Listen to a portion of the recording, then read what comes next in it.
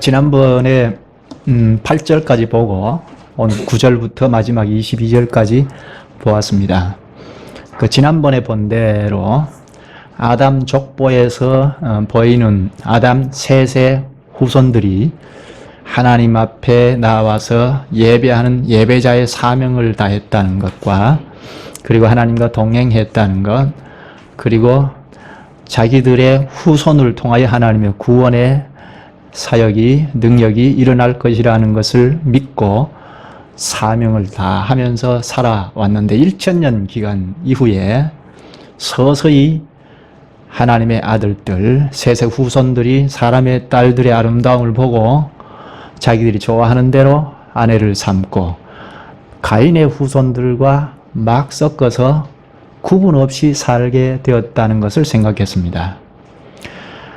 전혀 그 셋의 후손들 공동체가 그대로 있었다 할지라도, 그 당시 교회 공동체가 있었다 하더라도 매우 형식적으로 예배를 드리고 본질과 실질을 다 잃어버린 이런 형국이 되어 도무지 이제는 더 회생할 가능성이 없게 되자 하나님께서 멸망을 선언하시게 되었습니다. 이렇게 멸망을 선언하신 말씀을 보면서 우리가 생각할 점이 많았습니다.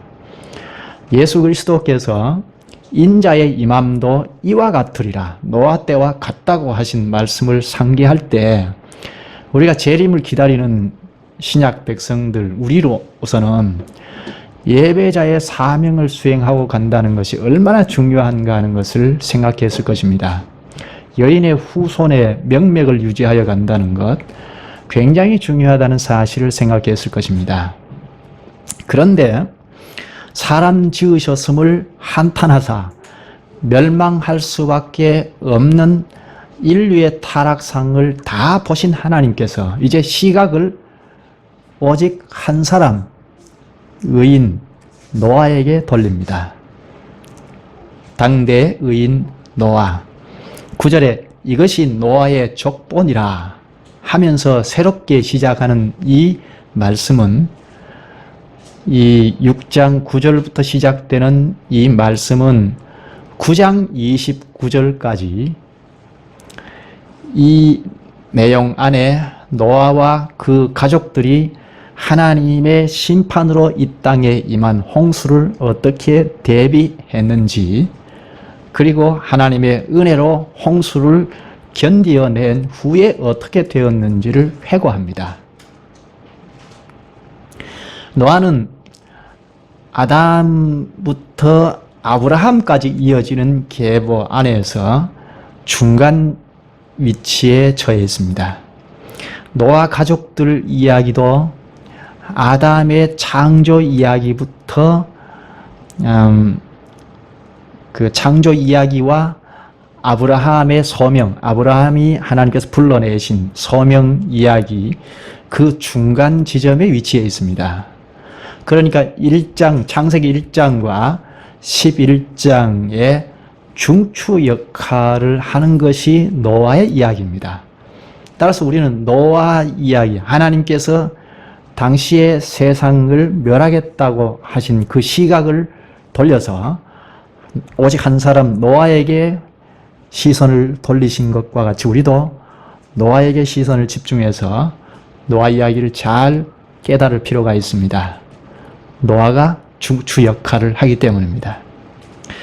먼저 노아의 족보를 말하면서 노아는 의인이요 당대의 완전한 자라, 그는 하나님과 동행하였으며 세 아들을 낳았으니 셈과 함과 야벳이라 합니다.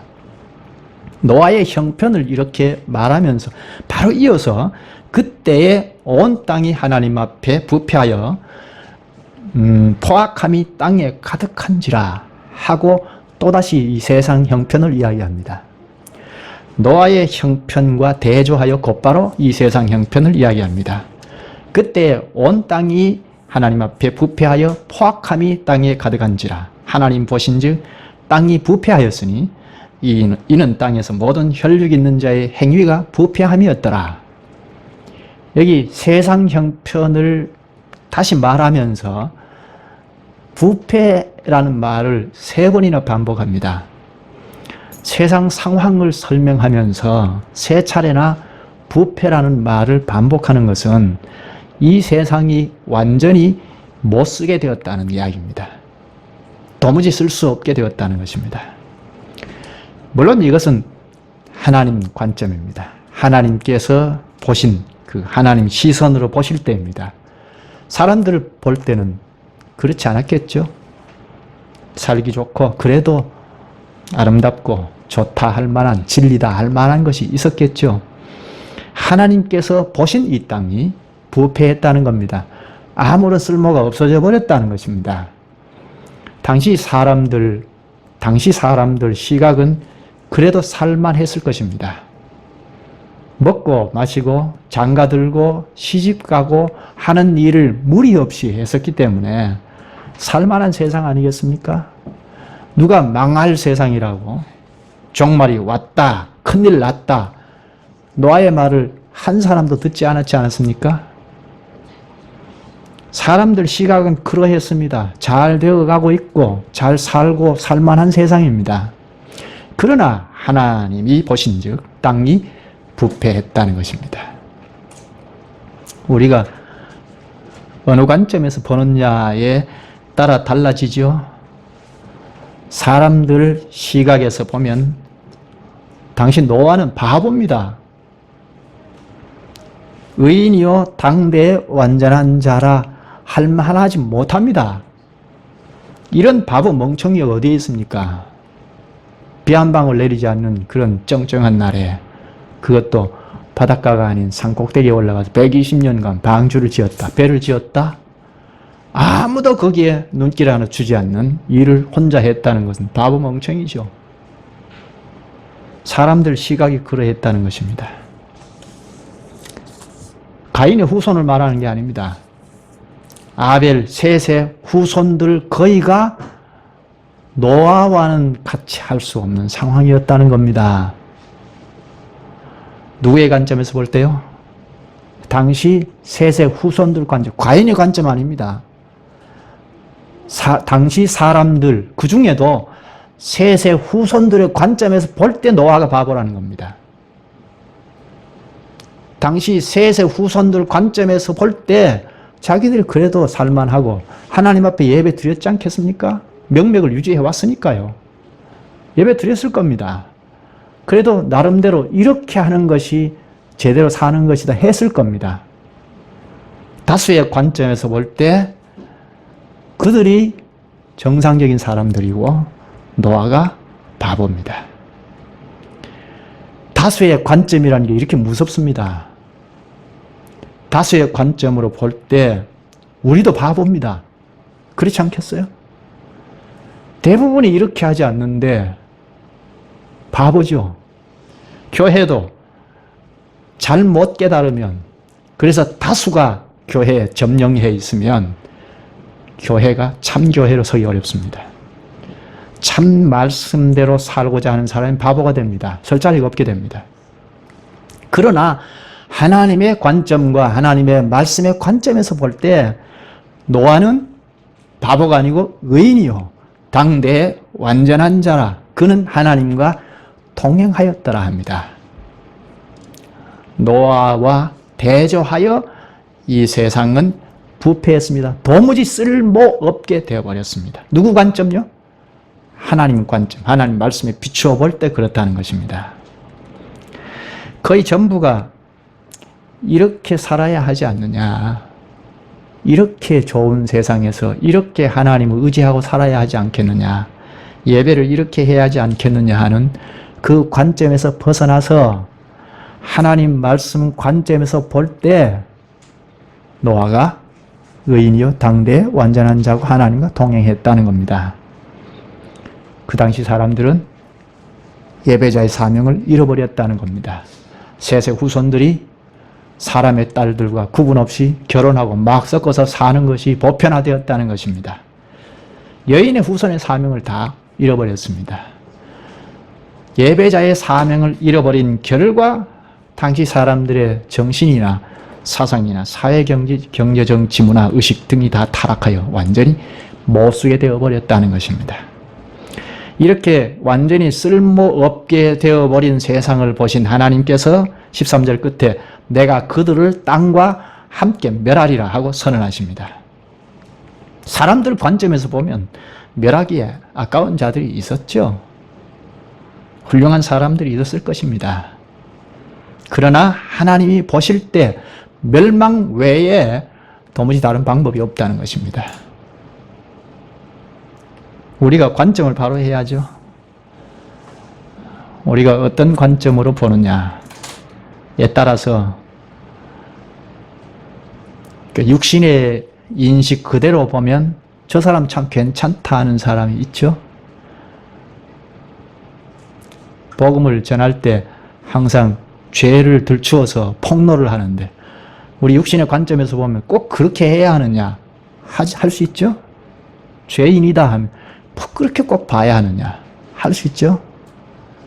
아담 셋의 후손들이 그랬다는 겁니다.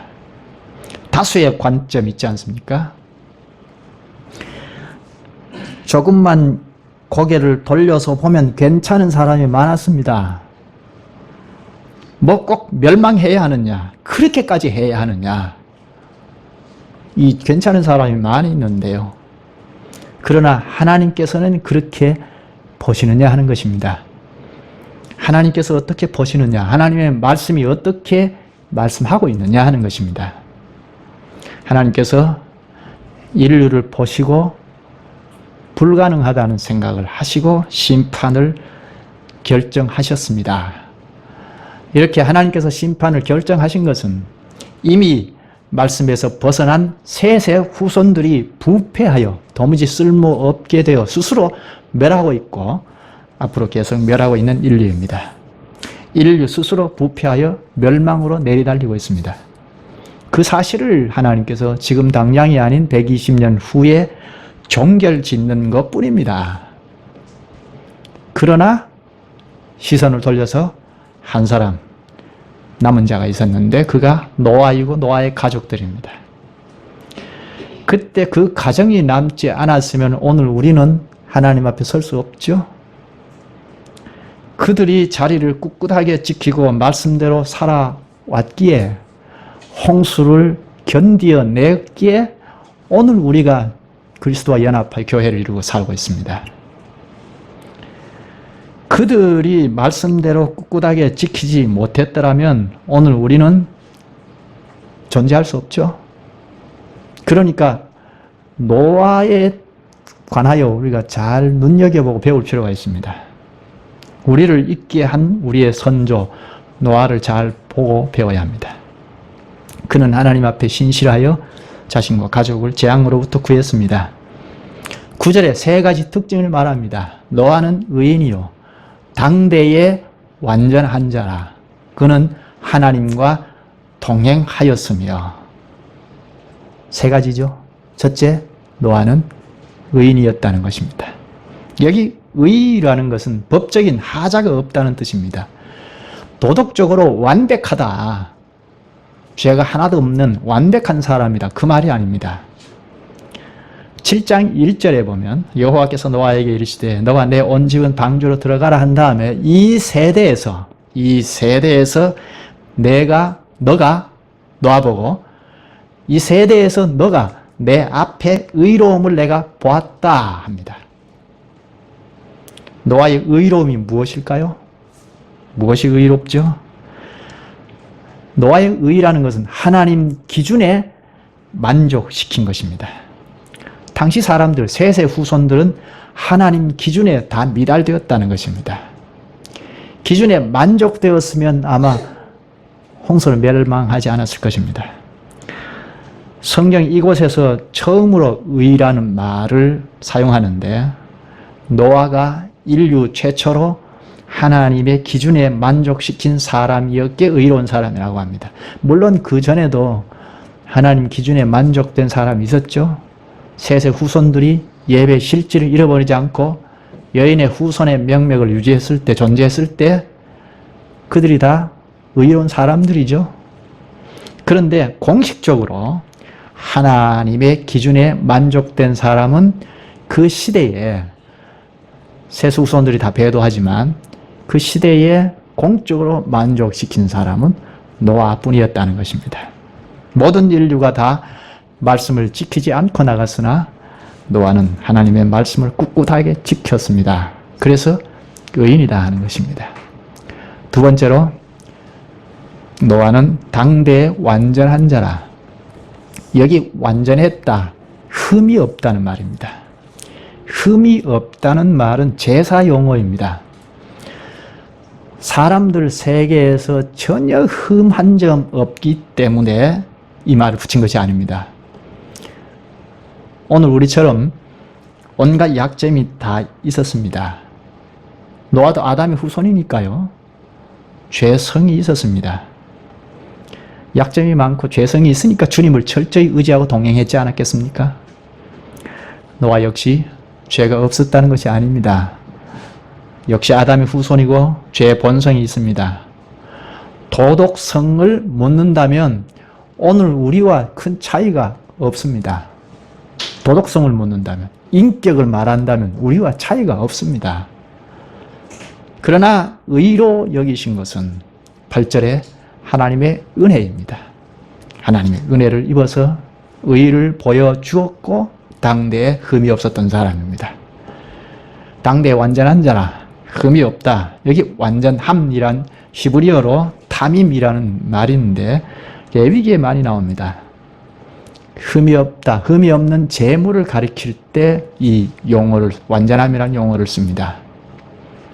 흠 없는 재물, 구약으로 올라갈까요? 레위기를 우리가 배웠으니까 레위기를 상기할까요? 재물이 흠이 없다, 있다 하는 것은 누가 가립니까? 제사를 드릴 죄인들이 재물을 가지고 오면 그 짐승 중에 흠이 있다, 없다를 제사장이 가리죠. 제사장이 제일 먼저 확인하는, 제사법 절차에서 제일 먼저 확인하는 절차가 재물을 보고 흠이 있느냐 없느냐 하는 것을 구분합니다. 하나님이 흠이 있느냐 없느냐 하는 것을 구분하실 때 노아를 보니까 흠이 없었다는 겁니다. 재물에 합당했다는 겁니다. 여러분, 이 재물이 흠이 없는 이 재물은 어느 때, 언제 드립니까? 재물 드리는 시간이 언제입니까? 어느 때입니까? 예배 때이죠. 노아는 우리와 똑같은 아담의 후손이라는 약점이 있습니다. 그 사람이라고 왜 결함이 없었겠습니까? 자기나 나나 무엇이 다를 바 있는가?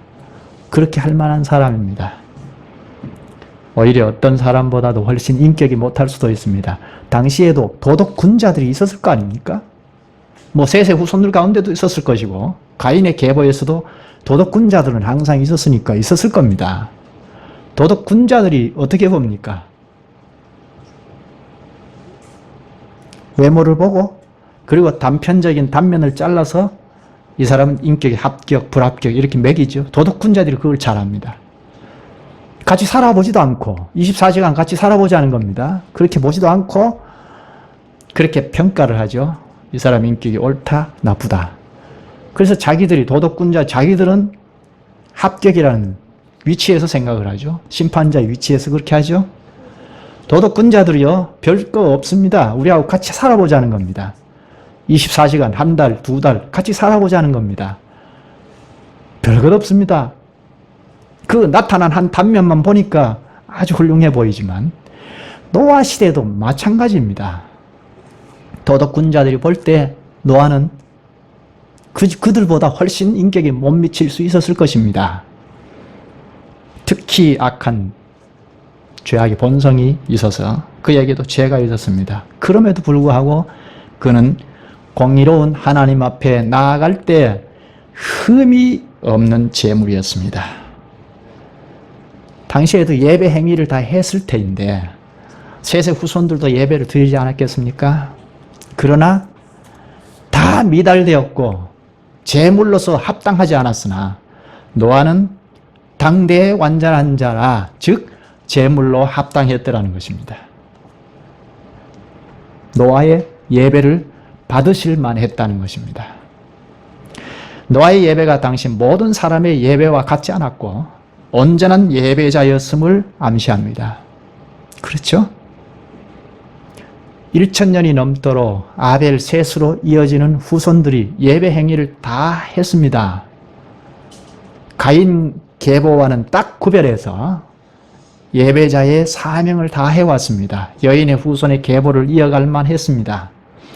그런데 점차 그 예배 실질을 잃어버리고 형식화됨으로 이제는 멸하지 않으면 안 되는 지경까지 왔습니다. 그 많은 셋의 후손들 중에 안타깝게도 그 시대 당대의 노아만 흠없는 재물이었습니다. 세상 문화와 문명을 다 받아들여서 막 섞어서 예배하는 예배하는 것을 노아 교회는 하지 않았다는 것입니다. 당시 세대를 본받지 않았습니다. 노아가 그렇다면 오늘 우리는 어떻습니까? 오늘 우리도 하나님 앞에서 의롭고 완전함을 받을 수 있는 길은 예배입니다. 예배를 통하여 이 세대를 본받지 않고 하나님 앞에 제물이 되었을 때 하나님 앞에서 완전하다는 이야기를 들을 수 있습니다. 그러므로 형제들아, 내가 하나님의 모든 자비하심으로 너희를 권하노니 너희 몸을 하나님이 기뻐하시는 거룩한 산 제물로 드리라. 이는 너희가 드릴 영적 예배니라. 너희는 이 세대를 본받지 말라. 로마서 12장 1, 2절입니다. 우리 몸은 주님이 받으실 만합니까? 이 세대를 본받지 않고 있는 몸입니까? 생각부터 이 세대를 쫓아가지 아니합니까? 세상 사람들이 다 생각하는 것을 함께 생각하고 있지 않습니까? 우리 가정을 운영하는 데 대수사를 정하고 경영하는 데 있어서도 이 세대를 쫓지 않고 세상 사람이 다 하는 방식으로 하지 않고 예배를 최우선으로 정해놓고 대소사를 정합니까? 우리의 몸과 마음이 정말 하나님이 기뻐하시는 산 제물입니까? 노아는 타락한 하나님의 아들들과 똑같은 성정을 가졌습니다. 그러나 실질과 본질을 잃어버리지 아니한 예배를 통하여 자기 죄를 가리움 받았습니다. 노아라고 왜 고민이 없었겠습니까? 그 사람이라고 왜 이 세상 살면서 온갖 부딪히는 현실이 없었겠습니까? 그 현실을 거슬러 올라가야 하고 하나님께서 구원하시는 그 구원함을 받으려면 그때그때 그 세상과 타협하지 않고 거슬러 올라가야 하고 120년 동안 방주를 지으면서 온갖 유혹과 핍박과 조롱을 견디어내야 합니다. 방주 짓는 그 자체만 해도 외롭기도 하고 고되고 힘든 행보였습니다. 그러나 온갖 고민과 유혹과 박해와 이 세상 사람들과 타협하지 않고 살아갈 수 없는 힘든 그 현실에 도달할 때마다 그 현실을 다 뒤로 하고 주님 앞에 나아가서 예배하면서 자기 허물을 다 가리움 받았습니다. 그래서 당대의 완전한 자라 불림받았습니다. 이웃의 형제들, 친구, 친척들까지 다 배도해 나갈 때 노아는 그 식구가 살아남을 수 있었던 것은 바로 실질은 예배였습니다. 예배가 이렇게 중요합니다. 하나님을 만나 뵙고 오직 그분을 의지하면서 나아가는 삶이 멸망을 피해가는 길입니다. 예수님께서 사마리아 수가성 여인에게 말을 했습니다. 아버지께서 성령 안에서 진리 안에서 예배하는 자들을 찾으신다고 했습니다. 우리가 과연 성령 안에서 진리 안에서 예배하고 있습니까? 성령의 인도를 따라서 나아왔습니까? 진리의 말씀을 가지고 왔습니까? 지난번에 가르쳐 주신 진리의 말씀을 꽉 쥐고 말씀으로 왔습니까? 사람이 살기도 하고 죽기도 하는 것은 바로 주님께서 받으시는 예배에 있습니다. 그 시대의 사람들이 다 죽어갑니다. 너나 할 것 없이 심판으로 향합니다. 너나 할 것 없이 멸망으로 행하는 그 행보의 삶의 성격, 그 행보와 삶의 성격, 여론이 형성되어 있습니다. 여론이 형성되어 있었을 것 아닙니까?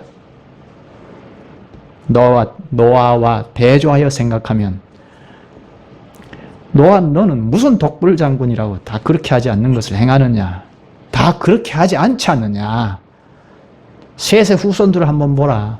이 공동체를 한번 보라. 그렇게 하지 않지 않느냐? 요즘 세인들이 하는 말이 시대는 변했어 하는 말을 많이 하죠. 보편적으로 씁니다. 요즘 교회도 그렇게 시대는 변했다는 말을 곧장 쓰는데요. 노아 시대라고 별달랐겠습니까? 그 당시에도 시대는 변했어. 천년 동안 가지고 왔던 그 캐캐묵은 것 가지고 하지 않아야지. 그걸 가지고 어떻게 하느냐. 하지 않았겠습니까? 누가 그렇게 말씀을 다 믿고 가느냐. 말로는 하지 않아도 암암리에 누가 그렇게 원래 원칙대로 말씀대로 다 행하느냐. 그렇게 하지 않았겠어요? 그게 여론이 형성이 되었습니다.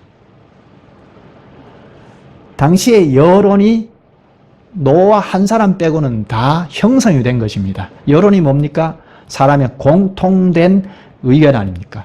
다수의 의견. 공통된 의견이 노아를 제외한 다수입니다.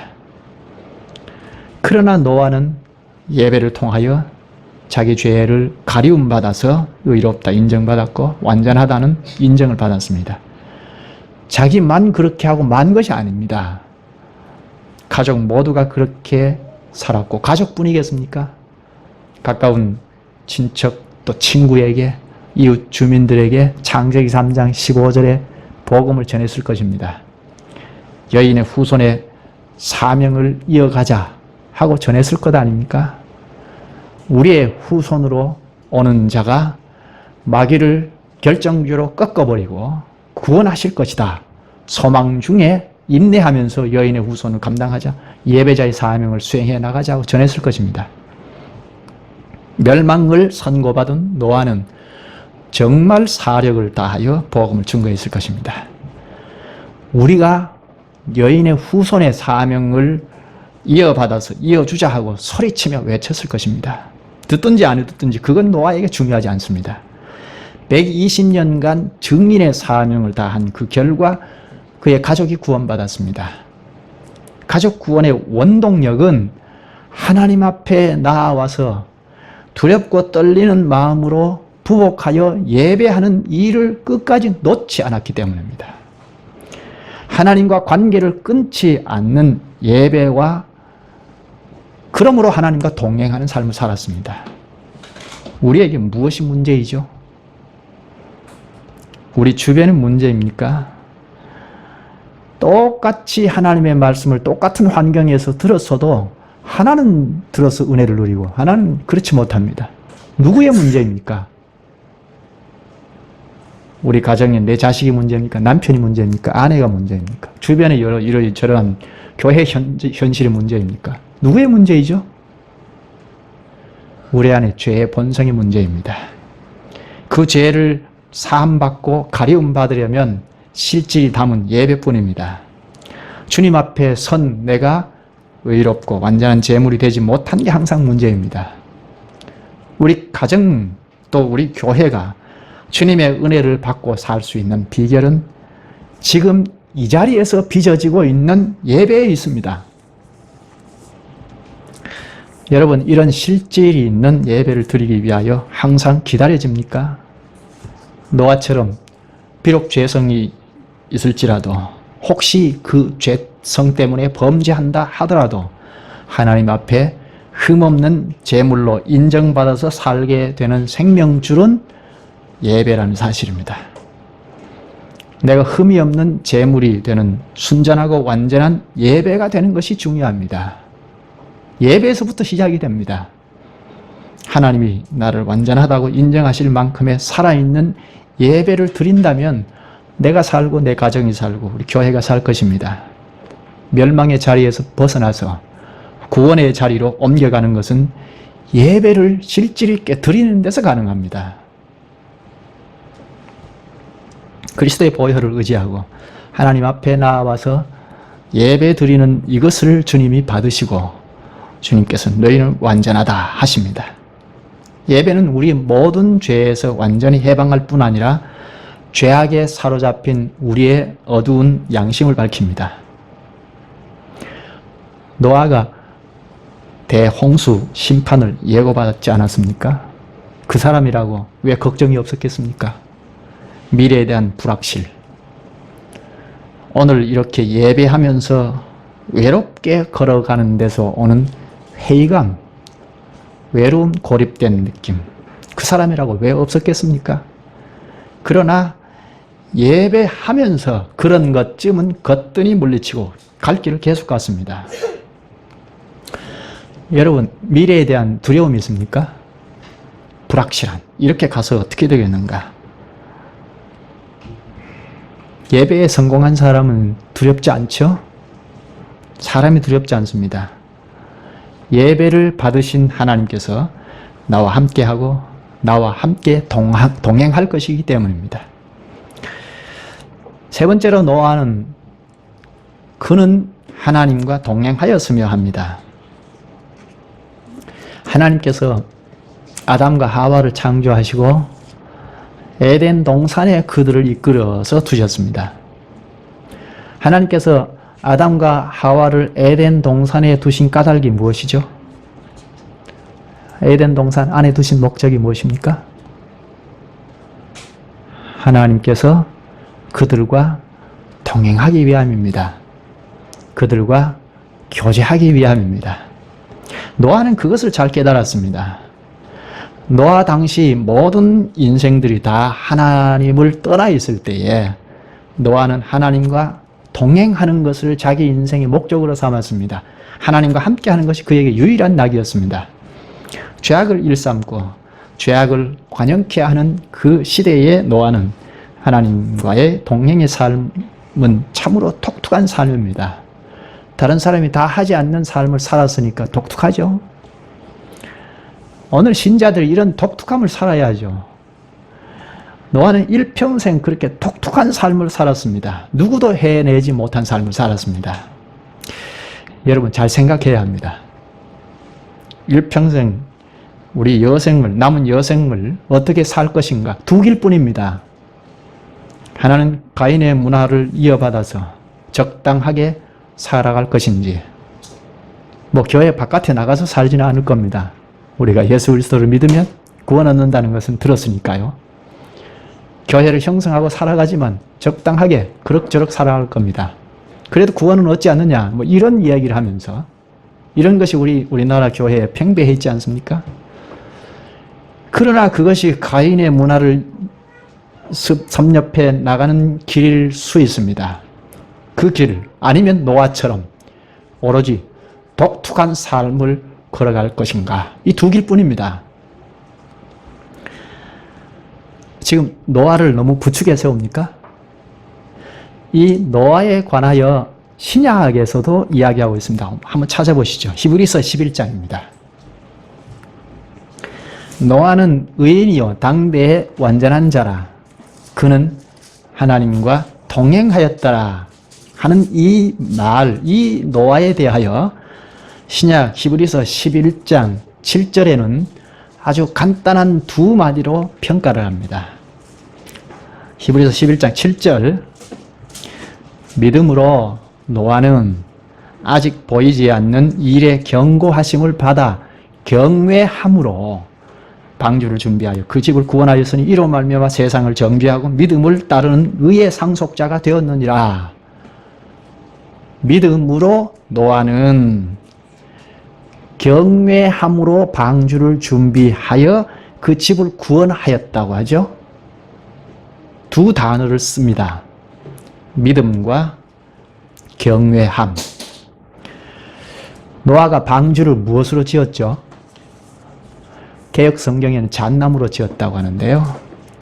여기서는 뒤에 보겠습니다만 그 히브리어를 그대로 써서 지었다고 하는데, 나무로 지었습니까? 노아가 방주를 지을 때 여러 재료들을 사용해서 지었습니까? 안팎으로 석청을 칠하고 그렇게 지었습니까? 믿음으로 지었습니다. 주님을 믿는 믿음이 없었으면 배를 못 지었습니다. 오늘 우리 교회의 일도 믿음으로 해야죠. 그리스도의 몸을 형성하고 건설하는 것도 믿음으로 합니다.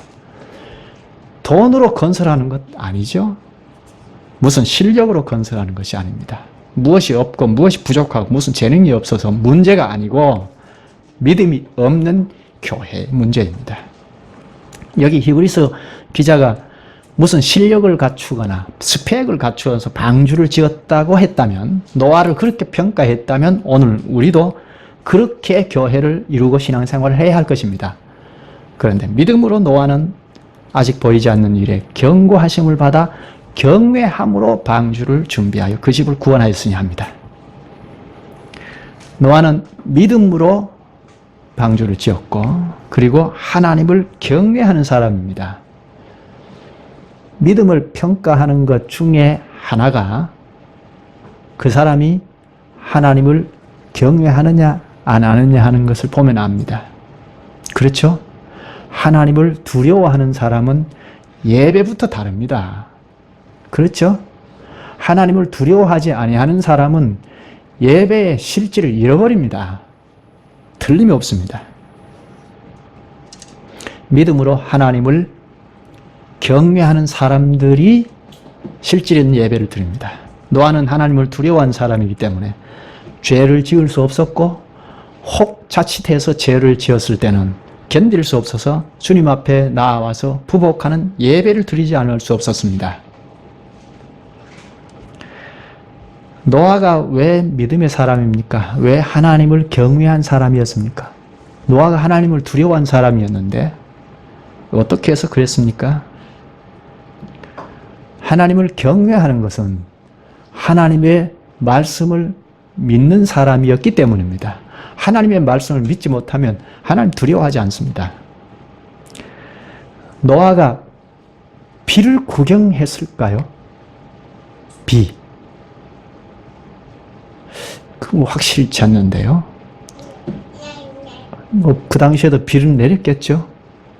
그런데 홍수로 그 공중에 날아다니는 새까지 다 쓸어버리겠다, 물로 쓸어버리겠다 할 만큼의 홍수를 알았을까요?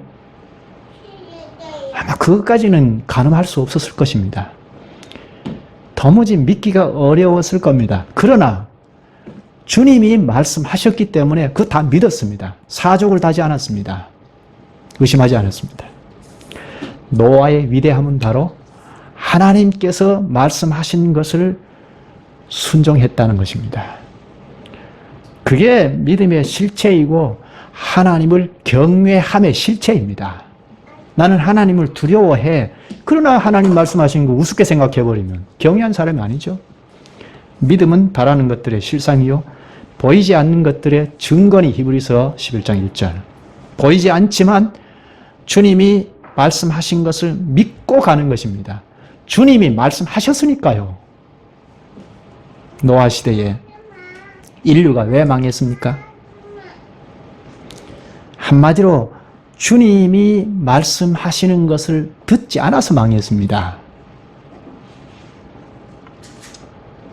노아는 주님의 말씀을 들었습니다. 그대로 될 것을 듣고 120년간 수고를 다했습니다. 그러고 왜 갈등이 없었겠습니까? 꼭 이렇게 배를 지어야 하느냐? 그것도 바닷가도 아닌 산에 가서 꼭 이렇게 살아야 하나? 왜 그러고 그런 갈등이 없었겠습니까?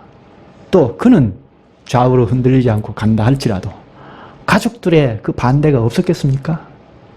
이렇게 살아야 한다 하고 끊임없이 가르치고 신령한 싸움을 싸웠겠죠.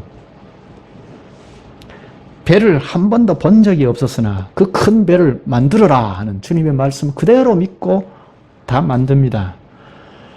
성막의 설계자가 누구죠? 하나님이죠. 방주의 설계자는 누굽니까? 하나님이시죠. 이제 곧 보겠습니다. 하나님께서 이렇게 지어라 하신 대로 그대로 다 했습니다. 한번 볼까요? 14절 보십시다.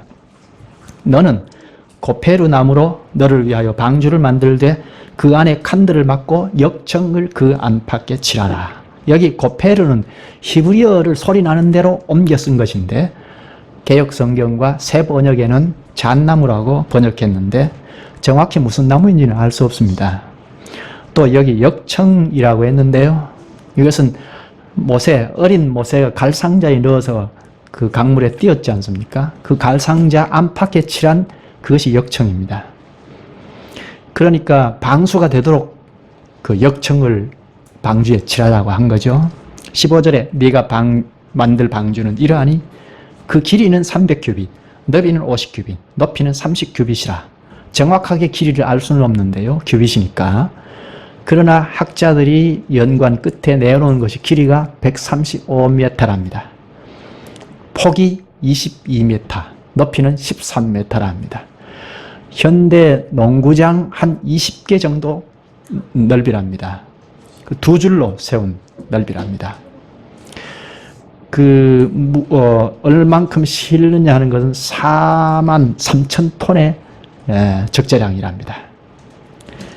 이것을 섬세하게 설계도를 쥐어주고 이렇게 지어라 했는데 노아는 사족 한번 달지 않고 그대로 지었습니다. 아이고 이것은 좀 내 방식 이것이 좀 낫지 않겠는가 하고 자기 방식대로 뜯어 고친 건 없습니다. 설계도대로 그대로 하나님이 가르쳐 주신 대로 지었습니다. 그런데 중요한 것은 16절입니다. 거기에 창을 내되 위에서부터 한기 위세 내고 그 문은 옆으로 내고 상중하 3층으로 할지니라. 배가 3층으로 되어 있고 창이 거의 지붕에 붙어 있습니다. 창이 지붕에 붙어 있습니다. 문은 옆으로 나와 있는데 나중에 하나님께서 이 문을 밖에서 닫아버립니다. 문은 하나밖에, 그 큰 배에 하나밖에 없습니다. 그것도 밖에서 하나님께서 닫으십니다. 왜 이렇게 하셨을까요? 창은 위쪽으로 하나 나 있고 옆으로 문이 하나밖에 없는데 그것도 밖에서 열어주지 않으면 열 수 없도록 했습니다. 왜 이렇게 하셨을까요? 하나님께서 방주에 타고 있는 연약한 생명들의 보호자이시라는 겁니다. 항해하는 데 필요한 돛도 없고 키도 없습니다. 배에 탄 사람들의 운명은 전적으로 하나님께 달려 있습니다. 하나님께서 지키시고 보호하시고 살게 하지 않으시면 구원을 못 받습니다. 이렇게 하나님께 전적으로 맡기지 않으면, 하나님을 전적으로 신뢰하지 않으면 안 되도록 만들어진 방주를 생각해 봅시다. 구원은 하나님께만 있다는 것입니다. 구원이 무엇이죠? 당시의 구원은 방주 안으로 들어가는 것이죠. 마냥 하나님만 기대하고 바라는 것, 그게 방주 안 아닙니까? 방주 안의 생활이 어떠했습니까? 다음에 보겠습니다만 하나님만 바라볼 수밖에 없는 것입니다. 그게 구원입니다. 구원은 잘 먹고 잘 살고 인생 행복이 아닙니다. 구원은 하나님만 바라볼 수밖에 없는, 그래서 하나님만 바라보는 그게 구원입니다. 하나님만 바라보는 구원을 가진 자는 어디서나 천국이라는 노래를 할 수 있습니다. 우리 통일 찬송가에 나와 있죠. 내 영혼이 은총 입어 중한 죄짐 벗고 보니 슬픔 많은 이 세상도 천국으로 화도다. 할렐루야 찬양하세. 내 모든 죄 사함 받고 주 예수와 동행하니 그 어디나 하늘나라. 우리 신자의 고백이고 간증이죠. 하늘나라의 이 세상이 하늘나라, 그 어디나 하늘나라라고 합니다. 죽음에 가는 천당은 물론 영광의 나라이지만 이 땅에서 어디나 하늘나라라고 합니다. 무엇 때문이죠? 하늘나라의 기관인 교회 때문이죠. 오늘 우리는 천국의 구현체인 주님의 교회가 있으면 어디나 하늘나라입니다. 교회가 든든히 서 있으면 우리는 어디에서나 하늘나라 생활을 합니다. 그런데 우리의 인생을 하나님께 잘 못 맡기죠. 하나님보다 앞서려고 합니다. 말씀 밖에 허덕이는 생활인데 말씀 밖에서 살고자 합니다. 하나님을 믿고 그 언약의 하나님, 그 하나님 한 분만으로 만족하면 새로운 생이 될 것입니다. 노아가 주님께서 말씀하신 대로 모든 준비를 다 마치면 하나님께서 홍수를 일으킬 것이라고 선언합니다. 17절에 보면 내가 홍수를 땅에 일으켜 무릇 생명의 기운이 있는 모든 육체를 천하에서 멸절하리니 땅에 있는 것들이 다 죽으리라. 하나님의 말씀을 들을 기가 없었던 사람은 모두 멸절될 것입니다. 그 다음 방주에 들어갈 생명들을 말하는데 18절 그러나 너와는 내가 내 언약을 세우리니 너는 내 아들들과 내 아내와 내 며느리들과 함께 그 방주로 들어가고 세상의 모든 생명을 멸하고 나면 하나님께서 노아와 언약을 세우리라 하십니다.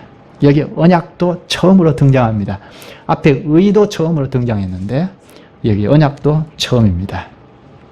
노아는 하나님과 언약을 약속을 할 때 처음 대하는 것입니다.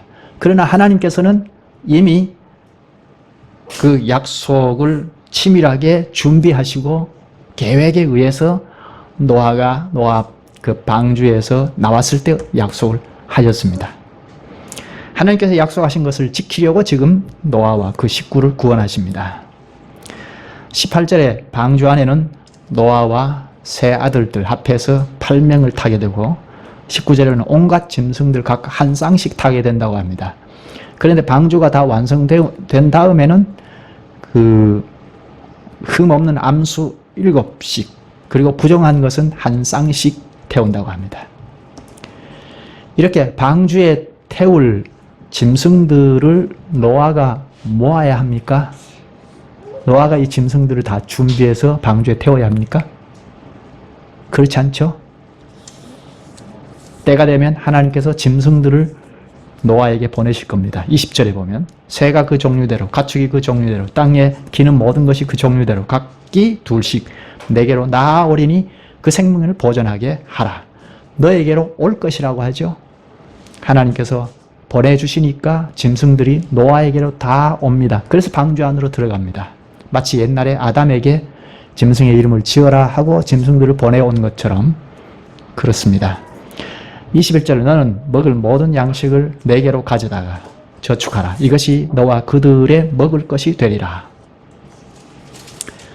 노아는 이렇게 방주 안으로 들어옴으로 구원이 되지만 엄청난 노동을 했죠. 하나님의 은혜로 가족들이 다 구원되지만